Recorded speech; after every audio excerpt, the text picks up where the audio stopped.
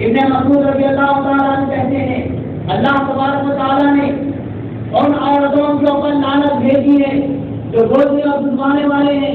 یہ کون لوگ ہیں جو اپنے ہاتھوں کے اوپر، اپنے چہروں کے اوپر، اپنے پیٹھوں کے اوپر، اپنے پہلوؤں کے اوپر نشان لگاتے ہیں، داغ لگاتے ہیں یا کسی آلے کے ذریعے سے تلوار ہیں. ان لوگوں کے اوپر، راستے والوں پر، راستے والیوں پر اللہ تبارک و تعالیٰ نے لعنت بھیجی ہے. عبداللہ بن مسعود کہتے ہیں ان لوگوں کے اوپر لعنت ہے.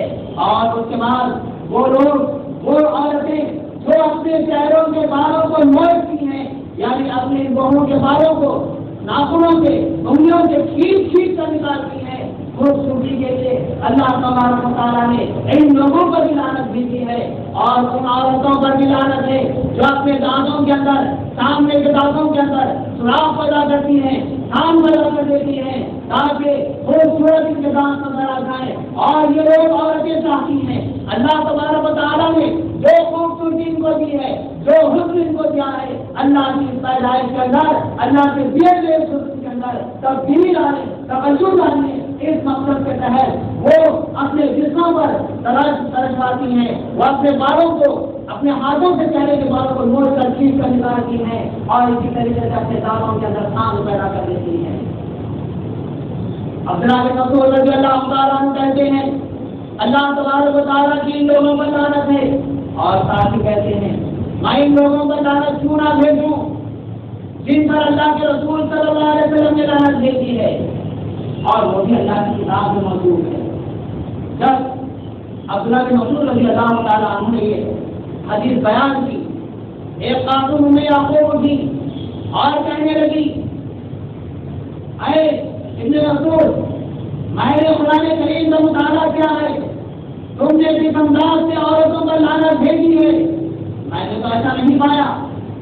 ام یعقوب کو جواب عبداللہ بن مسعود یوں دیتے ہیں کیا اے خاتون، کیا تو نے قرآن کو پڑھا ہے؟ وہ کہتی ہے کہ میں نے پڑھا ہے. کیا تو نے قرآن کریم کے اندر اس آیت کو نہیں پڑھا کہ ما آتاکم الرسول فخذوہ وما نہاکم عنہ فانتہوا؟ اللہ تبارک و تعالیٰ نے نبی صلی اللہ علیہ وسلم کے تعلق سے فرمایا کہ اللہ کے رسول صلی اللہ علیہ وسلم جو تم کو دے رہے ہیں لے لو، اور جس چیز سے روک رہے ہیں تو رک جاؤ. یہ تعلیم ہے قرآن کے اندر، اور اللہ کے نبی صلی اللہ علیہ وسلم نے منع کیا ہے ان چیزوں سے. اور آج اللہ کی پیدا کرتا خوبصورتی کے اندر توجہ لانے کے لیے کتنی مسلمان خواتین ہیں، کتنی مسلمان مائیں اور بہنیں ہیں جو بیوٹی پارلر کا رخ کرتی ہیں اور اپنی حیثیت کو تبدیل کرتی ہیں. کتنے افسوس کی بات ہے، یہ ساری عورتیں ملعون ہیں اسلام کی نظر میں، شریعت کی نظر میں، اور ان کی اجازت دینے والے لوگ بھی ملعون ہیں، چاہے ان کا باپ ہو یا ان کا شوہر ہو، یا ان کا بھائی ہو یا ان کا بیٹا ہو، جو اس بے غیرتی کو دیکھ کے اپنے آپ کو منا رہے. افسوس کی بات ہے، ایک باپ بھی ہے اپنی بیٹی کو بیوٹی پارلر تک پہنچاتا ہے، ایک بھائی ہے وہ اپنی بیوی کو پہنچاتا ہے، ایک شوہر ہے وہ اپنی بیوی کو پہنچاتا ہے. افسوس کی بات ہے کہ آج مسلمان سارا معاشرہ اس برائی کے اندر مبتلا نظر آتا ہے. کیا یہ برائی اتنی معمولی ہے، اتنی آسان ہے کہ آسانی کے ساتھ اس کو ادا کر دے؟ شادی خانوں میں دیکھیے دلہا نہیں آیا ہے، دلہن نہیں آئی، کیا رکھا ہے؟ فخر کے ساتھ کہتے ہیں کہ بیوٹی پارلر دینے میں آنے میں کچھ وقت لگے گا. شرم آنی چاہیے. ایک سنت کے ادا کرنے سے پہلے آپ نے کئی سنتوں کا میلاد کر دیا، اور آپ ایک سنت کی ادائیگی سے پہلے اپنے آپ کو ملعون والے زمرے کے اندر شامل کر لیا، اور اس کے بعد آپ کا سنت کی تکمیل کرتے. افسوس ہے. اور کرتے دیکھو مسلمان، آج ہماری ملت، ہماری رسوائی، ہماری شریعت کو تباہ کرنے کی وجہ سے ہے. آج ہم جگہ جگہ مار کھا رہے ہیں، ہماری کوئی عزت نہیں ہے، کوئی وقار نہیں ہے، کوئی ہمیں اچھی نگاہ سے دیکھنے کے لیے تیار نہیں ہے. اس کے اصل مجرم کون ہے؟ ہم اس کے مجرم ہیں. ہم نے اپنی شریعت کو تباہ کیا ہے. ہماری شریعت ہمیں کیا پیاری تعلیم دیتی ہے، جہاں پر اچھی تعلیم دیتی ہے وہاں ہر قسم کی بری تعلیم سے شریعت روک سکتی ہے. اور آئیے اللہ کے نبی صلی اللہ علیہ وسلم فرماتے ہیں، ابن عباس رضی اللہ عنہما قال لعن رسول الله صلى الله عليه وسلم المتشبهين من الرجال بالنساء والمتشبهات من النساء بالرجال. رواه البخاری. یہ بخاری کی روایت ہے. ابن عباس رضی اللہ تعالیٰ عنہ حدیث کے راوی ہیں. اللہ کے نبی صلی اللہ علیہ وسلم فرماتے ہیں یہ ان لوگوں پر لعنت ہے, ان مردوں پر لعنت ہے جو عورتوں کی مشابہت اختیار کر لیتے ہیں, اور ان عورتوں پر لعنت ہے جو مردوں کی مشابہت اختیار کر لیتے ہیں جن معاملات میں, جن چیزوں میں, لباس میں, زبان میں, گفتگو کے اندر.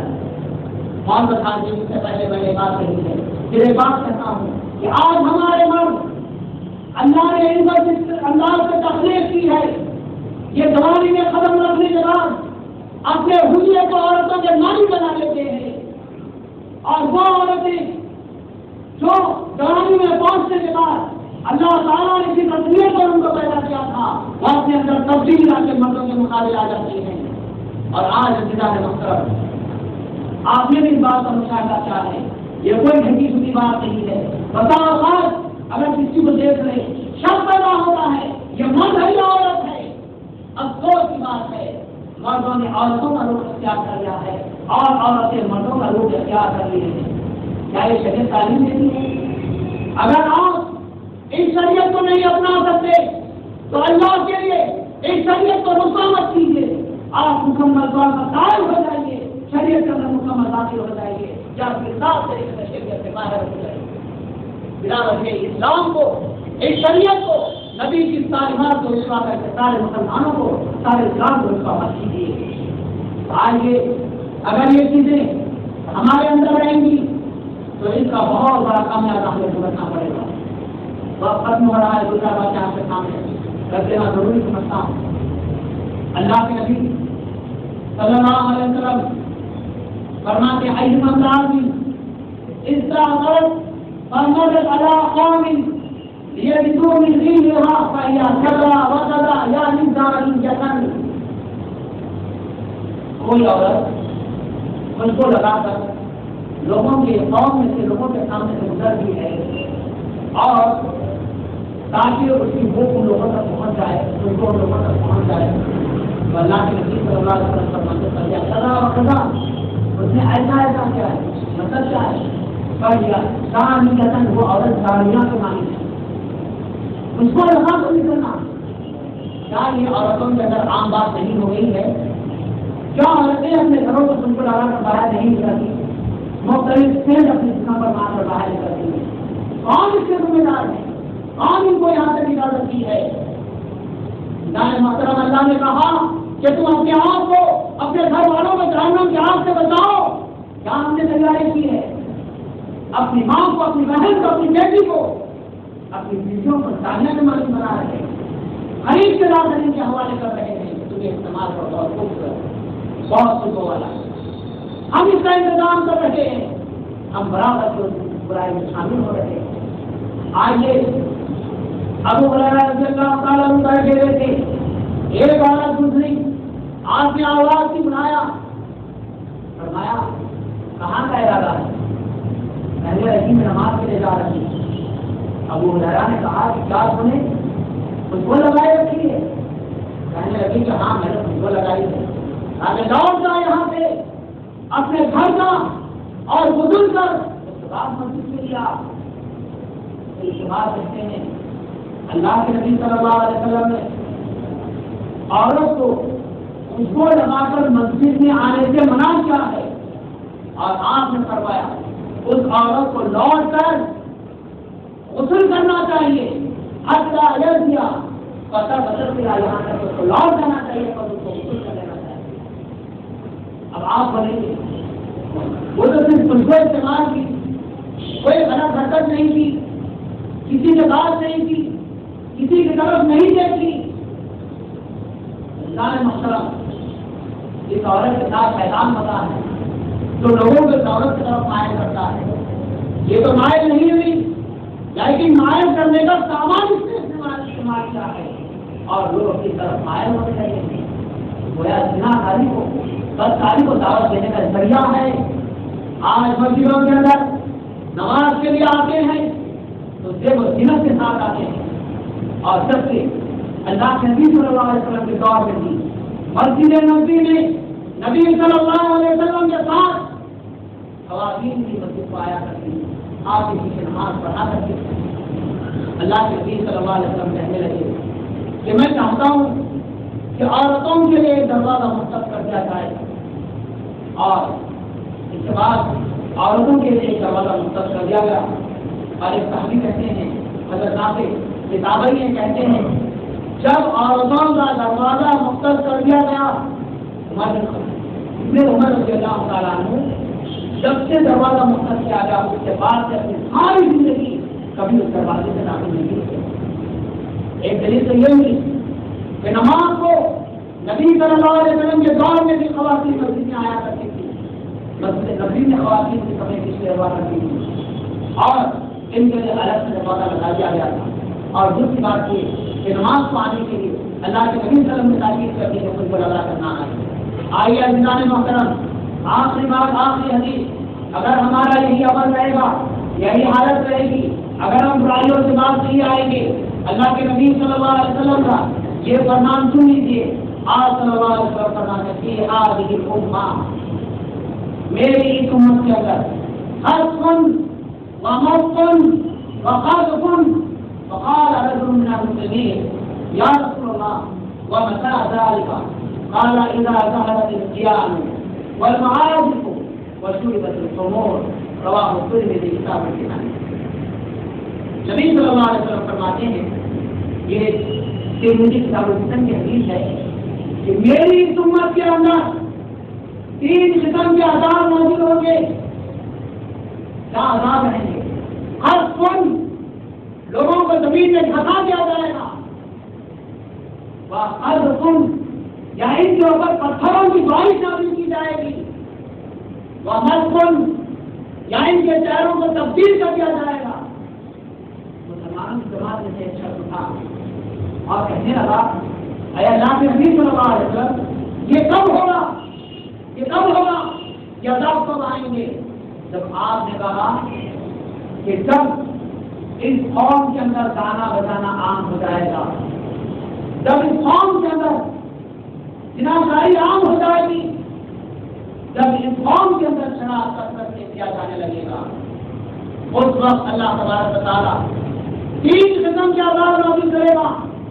اور کر کے دیکھیں آج تھیٹروں کی طرف دیکھیں جب یہ چھٹی ہیں تو اس میں غیر مسلموں سے زیادہ مسلمان نظر آئیں گے.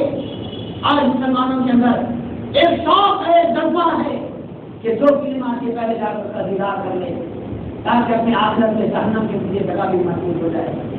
افسوس کی بات ہے اس دنیا میں اللہ نے پیدا کیا ہے جنت کی تیاری کے لیے جہنم سے بچاؤ کے لیے اور ایک مسلمان کوشش کرتا ہے جہنم سے بچنے کے لیے جہنم میں جانے کے لیے اور جنت سے بچنے کی پوری تیاری یہاں پر کر لیتا ہے. آج یہ زناکاری اور ان کے اسباب مسلمانوں کے اندر کثرت سے پائے جا رہے ہیں. اس سے اجتناب کی ضرورت ہے.